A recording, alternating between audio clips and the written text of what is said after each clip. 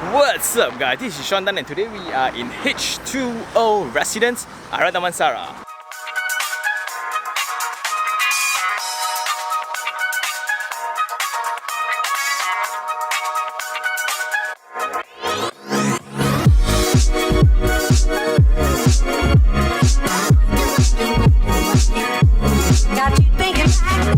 Three 699 344. 344, huh? Yeah.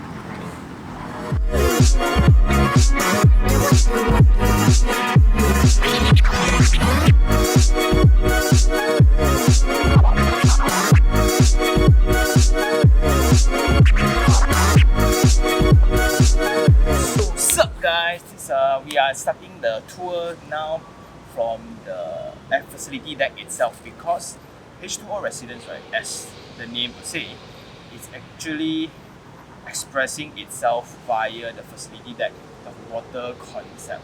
So for your information, like facility decks are usually the main play for architects because like for units, right, there's only so much you can do because it's always square and cube. So you can't really do much to the unit itself. So the unit layout, there's always efficiency.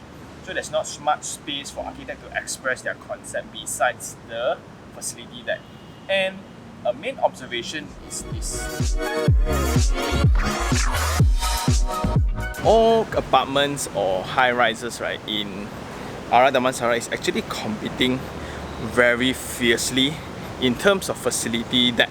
Like you look at Urbano, you look at H20, you look at Potpourri, all their facilities are as if it's on steroids, you know, so it's all overloaded with a lot of things. So I'm hoping that this one doesn't disappoint me. And for your information, the architect is actually very proud. So the developer actually sells this facade as if it's like ice cubes stacking on each other.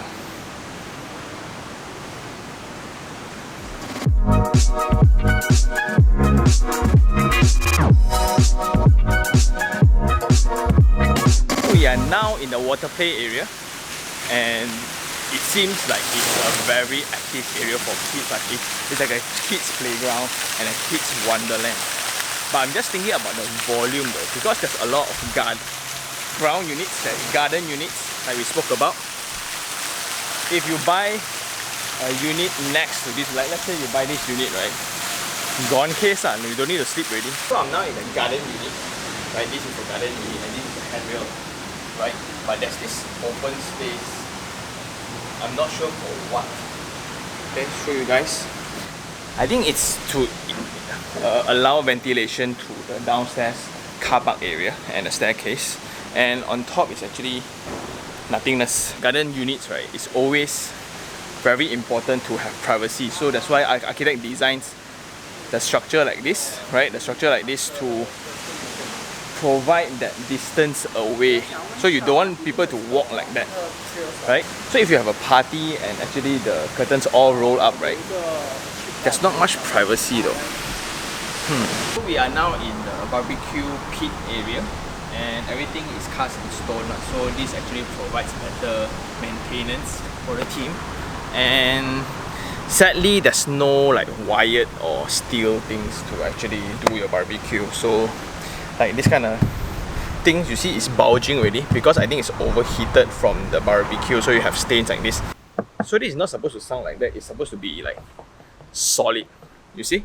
So I don't think that this layer can actually sustain the heat from the barbecue. So I think the landscape designer didn't really thought it through. And check out the facade treatments, those angular lines, right?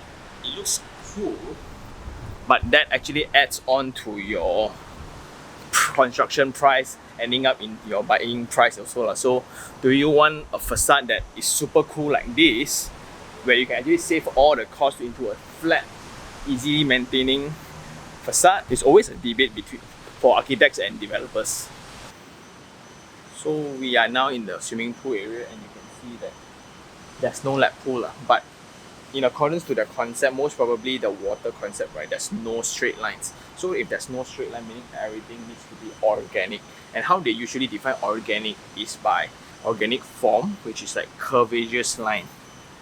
Meaning in nature, building, right, there's no straight line. So usually that's the concept for the landscape architects. And something that's very rare that I always see in brochures but I don't really see in real life is actually an aqua gym. So it's an aqua gym, it's like you have a bicycle in water, treadmills in water. Why not just swim? I don't know. Also, you have the security guards. So that's the security guard that is actually always patrolling the place, which is good lah. So I think the security of this block is actually very high. And if you notice, it's actually you not by my hair lah, but you can see from the trees, right? The wind ventilation is actually very good. And in accordance to their brochures and what they sell, right, it's actually thought through. So the building form is actually designed in accordance to the wind direction.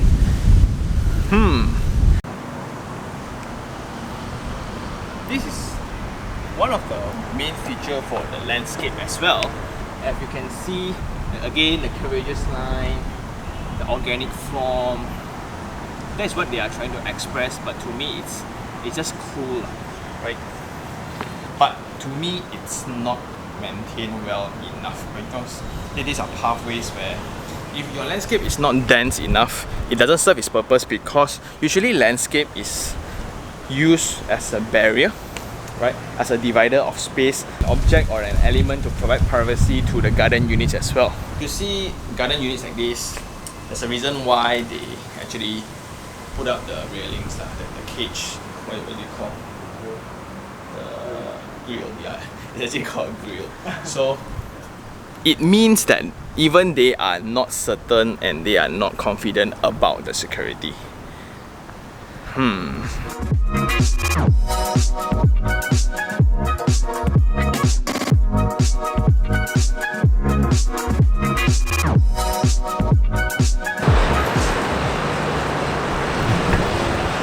So there used to be a concern, the first concern of these H2O residents, because it's located like the main road straight away hitting, so like feng shui wise, right, it's not very good lah. So I'm suspecting that this round thing, right, is actually to mitigate that, meaning like they can say this actually neutralize the energy that is directly from the road. I don't know. So the unit that we're going to check out today is actually a garden unit. So you can actually be located next to the facility deck if you want to. But first comment, ceiling height, standard. So if you notice, the corridor is actually super long. But that's the end, and it's rather dark because there's no air void or things like that, except this little window.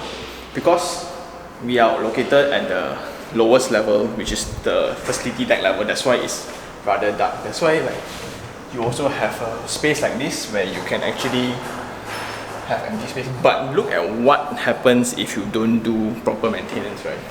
You can see all are secret buds.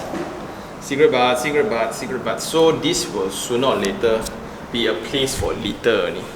You don't actually get any benefit out of this space. Right? Why not put landscape into it? At least you can camouflage the unit, right?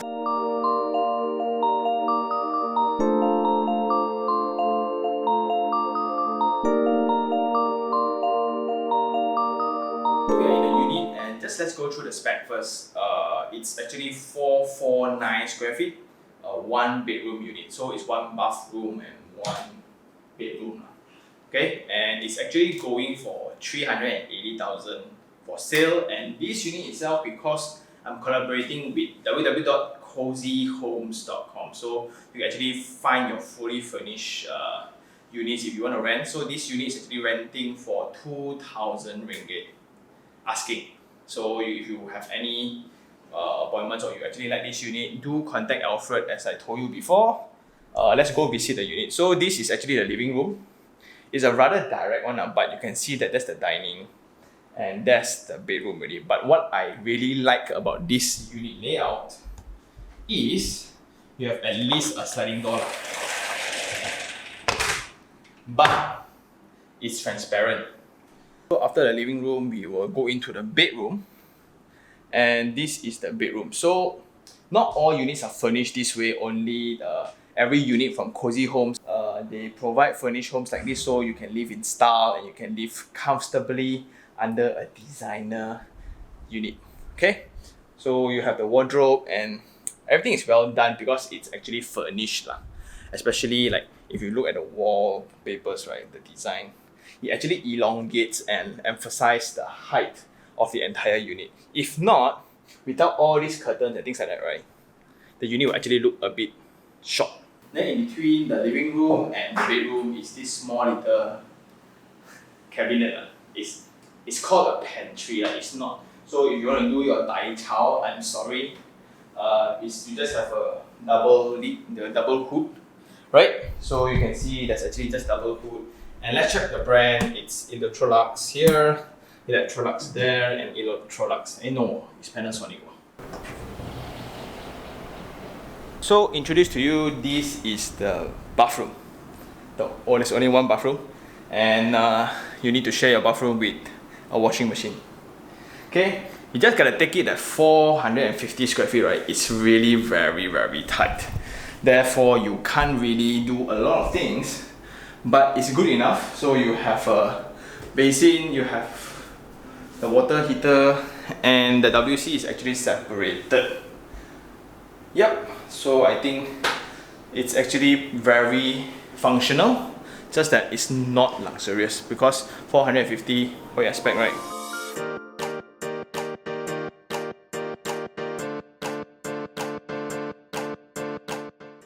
For the review, and now it's time for Sean take 3 on 3. 3 things I like. Number 1 will actually be the location. Again, really up and coming because like the latest launch for Kantara and the LRT station is actually booming the entire place up. So number 2, the marketing of the aqua water concept. So in every of their brochures, and even agents know it, all their collaterals, their communication is all about water concept, water facilities, and ice cube facade. Number 3 would actually be the ROI of the unit. So let's say the 450 square feet one, right? It's selling for, let's say 380, you get 380. Then you can actually rent out for 1,800 to 2,000 ringgit a month. So your ROI is around 4.5, which is actually breaking even. Then 3 things I don't like. Number 1 would actually be the architectural features of the building. Number 1, in the units, right, because it's smaller, there's no entrance space, like there's no foyer, the place where you can actually take out your shoes. Then the corridor is rather dark and it's very long, and then there's like the pocket of concrete space could have been landscaped easily and it won't cost a lot of money. And then the ceiling height and etc. So all those kind of things are, to me, I wish it could be better. Secondly would actually be the site itself, which is located in the center of like Ara Damansara, and all the traffic is revolving around the site. So that's why it causes a lot of concern from feng shui perspective. Like it's always very busy. Like if you can see, right, you have access like that, traffic sound like that all day long, whole day, every day. I'm just not sure how you're gonna like rest and chill in your own house. Which is like, Last of all will be the dual entrance concept, because it's located in a circle in the center of everything, right? The accessibility is actually very confusing. Like there are 4 blocks, and like you can entrance from different blocks, and it's very confusing. And then like this is the second entrance right now, right? And this is the second gateway, like the guard is there. You don't have access to this yet, meaning it's not open because Yisu, the latest launch, is not fully or open. So you like, oh, which gate, you don't know. Then you have, it's just very confusing.